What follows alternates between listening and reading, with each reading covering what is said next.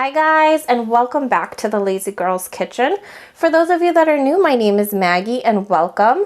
Today I'm going to show you how I like to make my watermelon granita.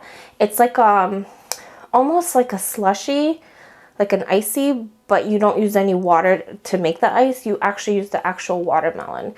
It is absolutely divine.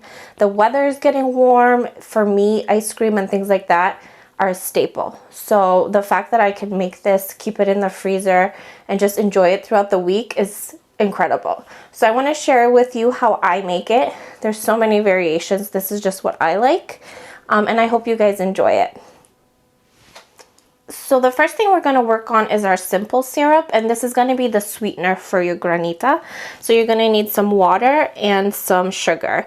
Equal parts, half and half. All right, so what I'm going to do is I'm going to add them both into my saucepan, and we're going to let them cook until the sugar dissolves. Okay, so into my little saucepan, I'm going to do the sugar and the water. And I'm going to let this go. You don't want to boil it because you don't want to get that mess. You just want to cook it until the sugar dissolves. And that'll give you a wonderful sweetener. So I'm just going to babysit this until the sugar dissolves, and I'll show you what that looks like, okay? All right, my simple syrup is done. So I'm just gonna pour it into my measuring cup back in here. And I'm gonna let this cool completely. All right, I have my simple syrup here, and like I said, I'm gonna let this cool completely. You don't wanna add it into your watermelon mixture when it's hot. So I'm gonna let this cool completely, however long it takes, probably an hour or so. And then I'm gonna show you how we're gonna get started on the actual watermelon mixture. Alrighty, so to make this, you're gonna need this is some fresh watermelon, some lemon. You're gonna need the juice of half a lemon, some fresh ginger. If you don't have it, just omit it. And of course, your simple syrup that we made. You're also gonna want something that you can store this in, that you can take out pretty easily. So to do this, you're going to need a food processor or a really strong blender. So I added in my watermelon. Taste your watermelon before you add it in, because then you're going to get an idea of how much simple syrup you're going to need. If it's sweet, don't add as much. If it's not as sweet, make sure you add a little bit more. So to this, I'm going to add in my ginger, the juice of half a lemon.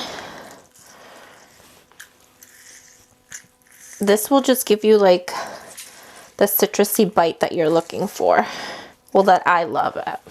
You know, not for everybody, but. And then my simple syrup. Again, I'm not adding all of it because it's pretty sweet. And this will store, so don't feel like you have to throw that away.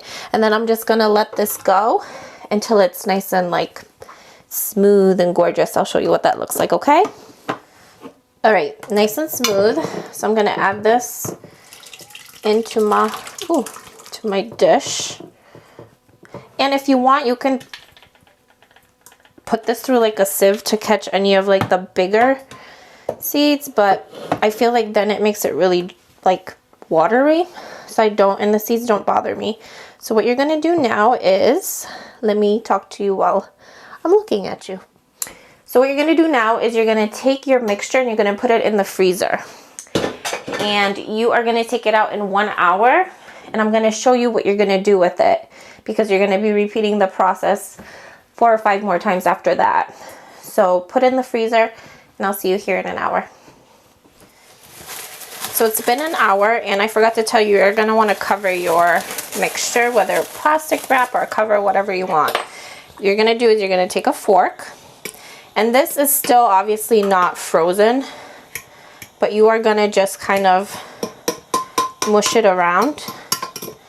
Because the goal of this is you don't want it to be a solid frozen mixture. You want it to be slushy like. You're going to continue the same thing 5 more times. So on every hour, you're going to take it out, kind of mush it around, and then put it back in. So I'm going to put this back into my freezer, and then for the next 5 hours or so, I'm going to do the same exact thing. And then you are all set to enjoy. It's going to be like slushy-like and wonderful. You're gonna love it, I promise you. I hope you guys love the recipe. I'm gonna share with you a picture at the end, of course, like always, just so you can see what it looks like. And make sure you like and subscribe, and I'll see you next time. Bye, guys.